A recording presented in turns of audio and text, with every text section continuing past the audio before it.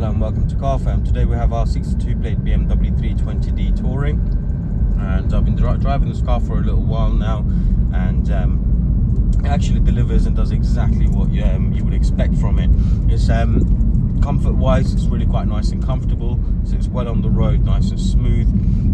Gear changes and everything like that, which I'm going to go into more detail, but I'll start by telling you more about the steering side of things. So you've got a nice light steering wheel, especially when you're in the Eco Pro mode and comfort mode. It's still really responsive, and it gives you plenty of feedback as well.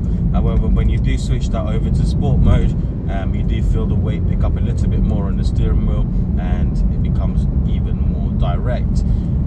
No tracking balancing issues at all, you can feel through there, and again, it's just nice and easy to use. Gearbox wise, now in terms of the gears, you've got a 8-speed automatic gearbox on this vehicle, and the gear changes are nice and smooth, and when you're in sport mode, and the gearbox has its own sport mode as well, you can shift over to the left. The gear changes are very, very sharp, and you don't have flappy paddles on this, but again, using the gear lever, you can actually shift through the gears yourself as well. And again, like I said, it is very responsive, that gearbox, and having 8-speed automatic as well, especially on long drives, will get you good miles per gallon just sitting on cruise control even. Now, suspension wise, there's no knocks, bangs or any unusual noises. Even just that corner there, 40 mile an hour, is no problem whatsoever.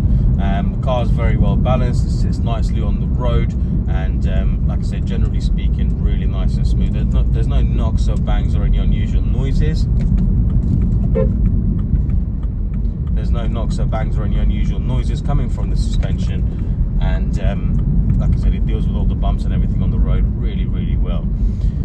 Performance side of things, let me put this car into sport mode, put the gearbox into sport mode, and pull out of here about 20 mile an hour, which will allow me to sit in second gear. Foot down from here. Like I said, the response from the gearbox is so good, and there we are, 60 mile an hour. So it's got plenty of power, especially for everyday use. So overtaking or pulling away from roundabouts and things like that would be no problem whatsoever. Even now, when you're rolling, I'll put everything back into normal mode. So I've got Eco Pro there, gearbox back into normal. I've dropped down some speed, and the car thinks I'm trying to be all eco, but if I put my foot down, again, that gearbox is always ready, reacts so quick, and back to pulling away. So very impressive side of things is obviously performance, the feedback that you get from the steering wheel, the comfort that suspension produces. What about braking? So we're at 60 mile an hour, and what I'm going to do is not a full emergency brake, but I'm just going to do a average braking just to bring this car to a stop with no immediate rush. So from 60 mile an hour, there we are. So even with that, still applies the hazards. ABS even kicked in a little bit as well, and you want that because you don't want any kind of locking up when you're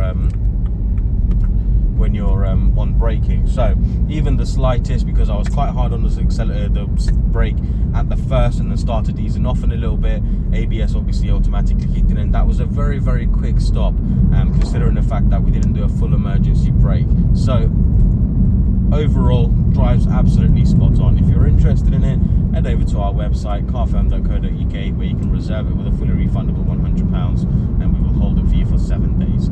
If you have any questions about the vehicle or any of the services we offer, feel free to get in touch with us by phone, email or social media, and we look forward